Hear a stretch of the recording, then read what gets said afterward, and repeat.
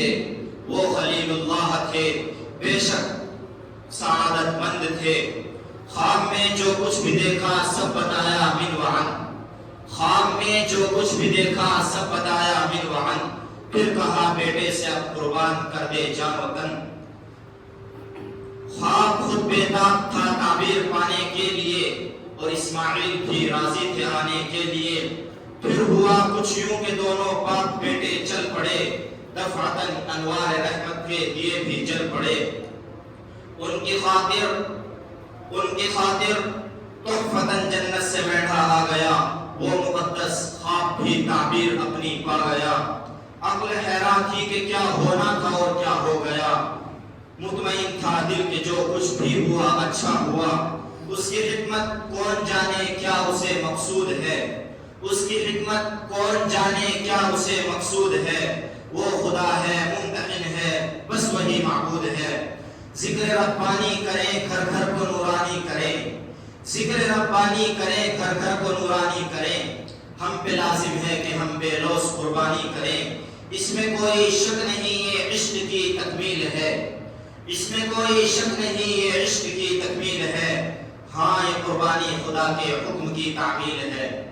سامعین کرام، اللہ کے حبیب نے سیدنا حضرت ابراہیم علیہ السلام نے اس امت مسلمہ کو ایک سبق دیا، اور اسی طریقے سے ان کے بیٹے نے ایک بیٹا ہونے کا فرض نبھاتے ہوئے اور اپنی تربیت کی حقیقت کو بدلانے کے لیے امت مسلمہ کو ایک بہت عظیم پیغام دیا کہ ابھی باپ 90 سے 95 سال کی عمر کے مابین ہے، بیٹا 5 سے 10 سال کی عمر کے مابین ہے، مسلسل 60 سال کی دعاؤں کے بعد ایک بیٹا نصیب ہوتا ہے۔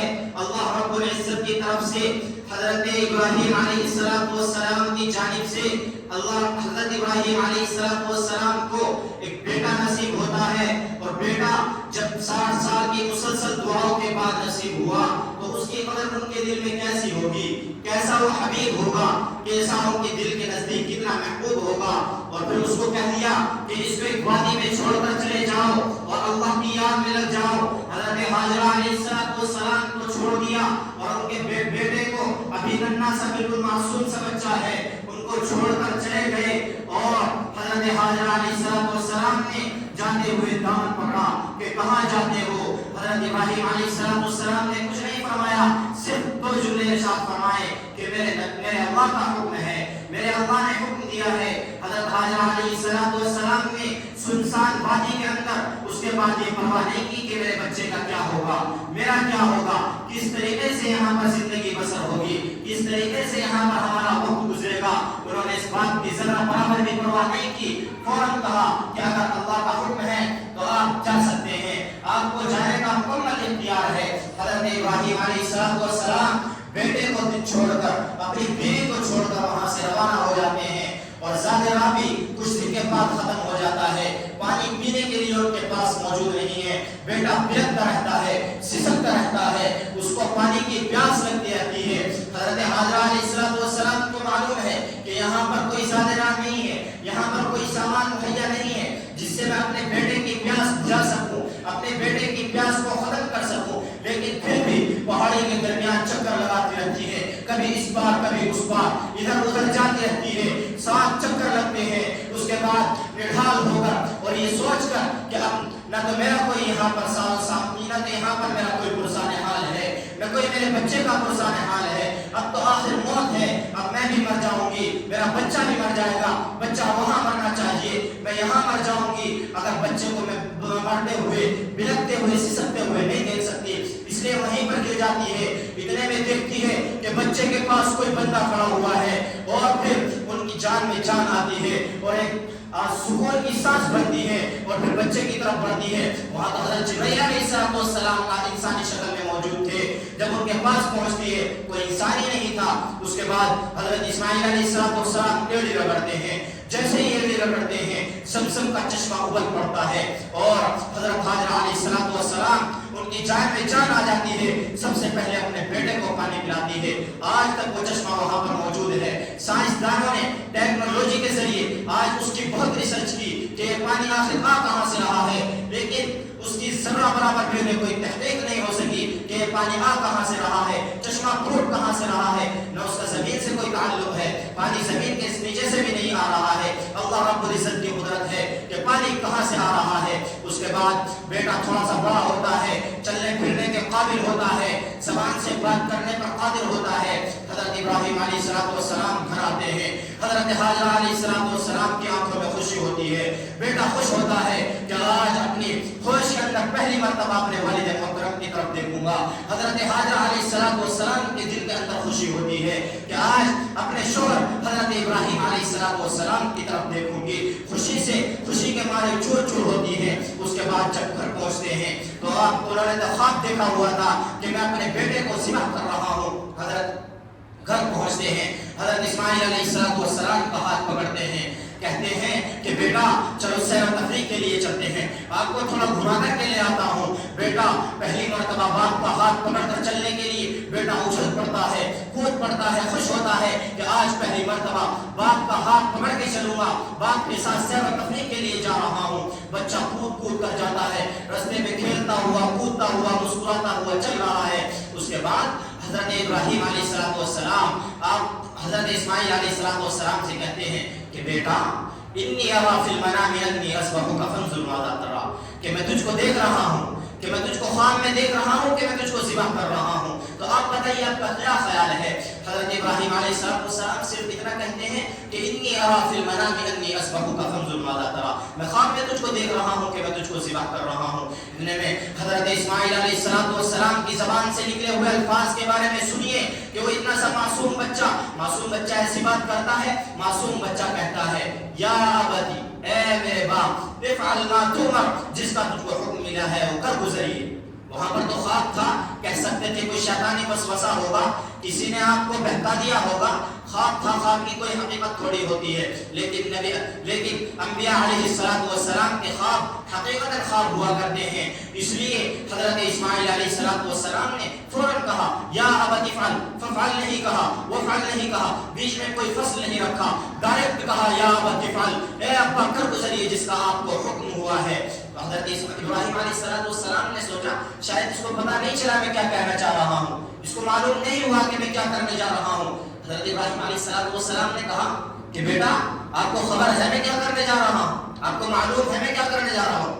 کہا ہاں اب مجھے معلوم ہے، آپ مجھ کو ذبح کریں گے، مجھے دنیا کے بدلے میں جنت ملے گی، مجھے باپ کے بدلے میں اللہ ملے گا، کوئی گھاٹے کا سودا نہیں ہے، اللہ آپ سے بڑھ کر ہے، جنت دنیا سے بڑھ کر ہے، آپ کر گزریے۔ اور پھر اس کے بعد حضرت اسماعیل علیہ السلام کے ذہن میں اپنی ماں کا خیال آیا اور کہا کہ ہاں میری ماں ہے، اس کو میری بہت یاد آئے گی، وہ بہت روئے گی جب اس کو یہ بات معلوم ہوگی کہ میرے بیٹے کو ذبح کر دیا گیا، وہ بہت روئے گی اور بہت بلبلائے گی۔ تو کہا کہ کرتا نکالا اپنا اور کہا اپنے ابا سے کہ اس کرتے کو گھر لے جانا اور امی جان کو اس کرتے کو دے دینا، جب بھی ان کو میری یاد آئے گی وہ اس کرتے کو دیکھ کر اپنے آپ کو ٹھنڈک پہنچائے گی اور اپنے دل کو سکون پہنچائے گی۔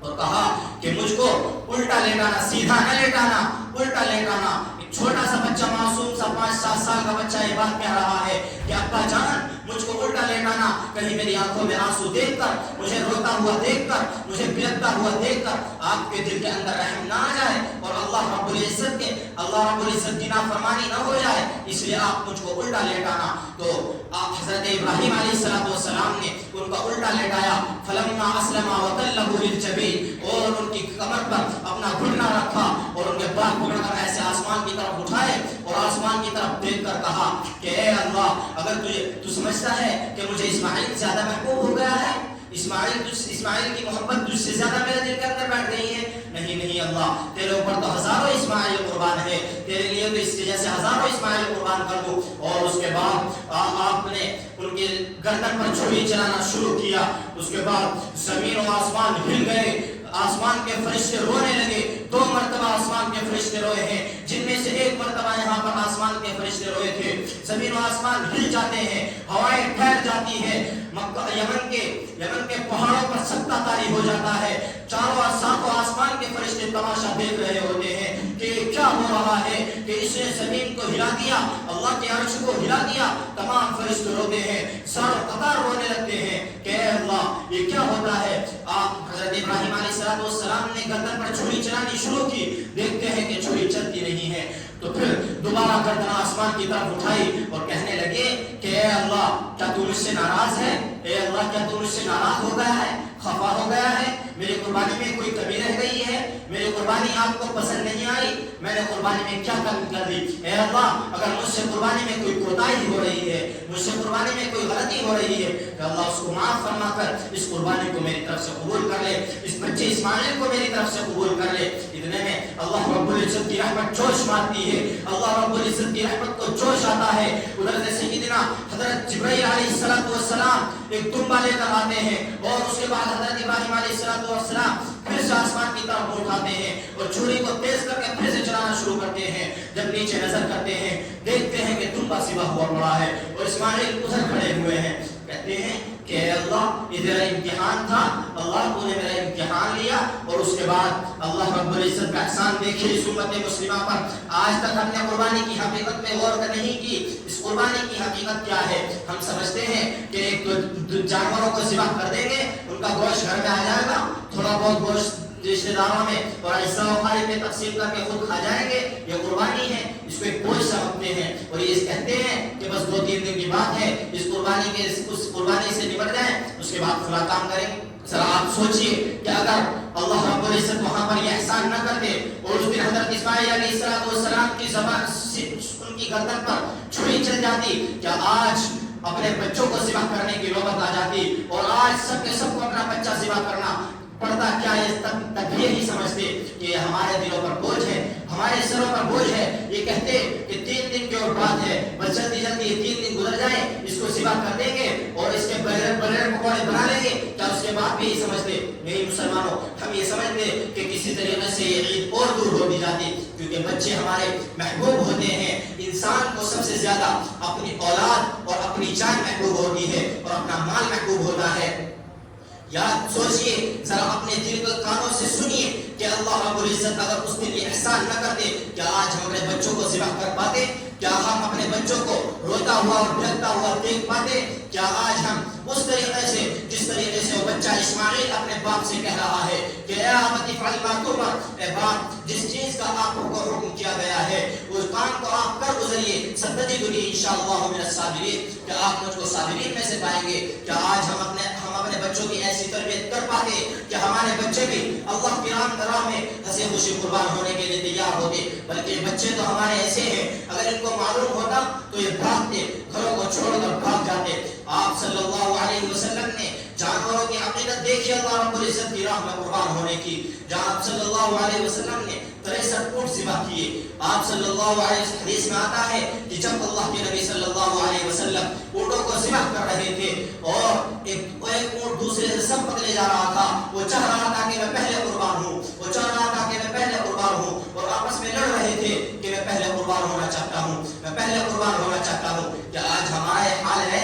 آج تو ہم قربانی کو ایک بوجھ سمجھتے ہیں اور کہتے ہیں اپنے کاروبار میں مشغول ہے، ہمیں معلوم ہی نہیں ہو پاتا کہ قربانی کب آئے گی، عید الاضحیٰ کب آئے گی، ذوالحجہ کب آئے گی، ہمیں کوئی پتہ نہیں ہے کہ کس وقت قربانی کا یہ مبارک لمحہ اور قربانی کے مقدس ساعات ہمارے مابین آئیں گے۔ ہم سمجھتے ہیں کہ 10 ذوالحجہ آ گئی، قربانی کا وقت آ گیا، ہم نے جانور ذبح کر دیا، ہماری قربانی ختم ہو گئی، ہم نے اللہ رب العزت کا حکم تھا اس کو مکمل کر دیا۔ نہیں مسلمانوں، اصل قربانی یہ نہیں ہے کہ ہم نے جانور لیا، 4-5 ہزار روپے کا حصہ لیا اور اس کو ذبح کر دیا، اصل قربانی یہ نہیں ہے۔ قربانی اصل یہ ہے کہ اگر اللہ کی راہ میں جان دینا پڑے جان دیں گے، مال دینا پڑے مال دیں گے، اولاد قربان کرنی پڑے اولاد قربان کریں گے۔ اپنی سب سے زیادہ جو دل کے عزیز جو چیز ہے، اپنے دل کے نزدیک جو چیز ہے، سب سے زیادہ محبوب جو بندے کو چیز ہے، وہ اللہ کی راہ میں قربان کرنے کے لیے اس کے ایک حکم پر، اس کے ایک فرمان پر ہم راضی ہو جائیں کہ یہ چیز ہم اللہ کی راہ میں قربان کر دیں گے۔